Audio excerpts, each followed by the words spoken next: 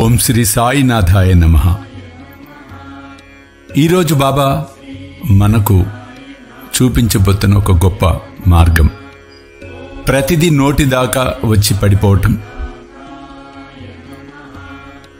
అలాగే ఒకదాని వెనక మరొకటి, ఒకటైపోతే ఒకటి ఈ సమస్యల వలయంలో చిక్కుకోవటం, గృహంలో ప్రతిరోజు ఏదో ఒక చికాకులు, మానసిక అశాంతి, వేదన, ఇటువంటి పరిస్థితులు. ఈ పరిస్థితుల నుంచి బయటపడటానికి సమర్థ సద్గురు సాయినాథుడు ఒక గొప్ప మార్గాన్ని నిర్దేశించాడు. అష్టోత్తర శతనామావళిలోని 51వ నామం.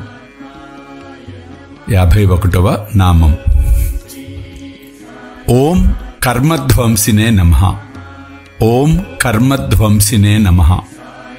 ఓం కర్మధ్వంసినే నమః. 90 రోజులు రోజు 108 సార్లు నామజపం చేయండి. నలుపు రంగు ఒత్తితో రోజు దీపారాధన చేయండి. ఏం పర్వాలేదు, తప్పేం దోషమేం లేదు. మీ పూజా మందిరంలోనే చేయవచ్చు. ఒకవేళ మీకు ఏమైనా అభ్యంతరం ఉంటే తులసి కోట దగ్గర చేయండి.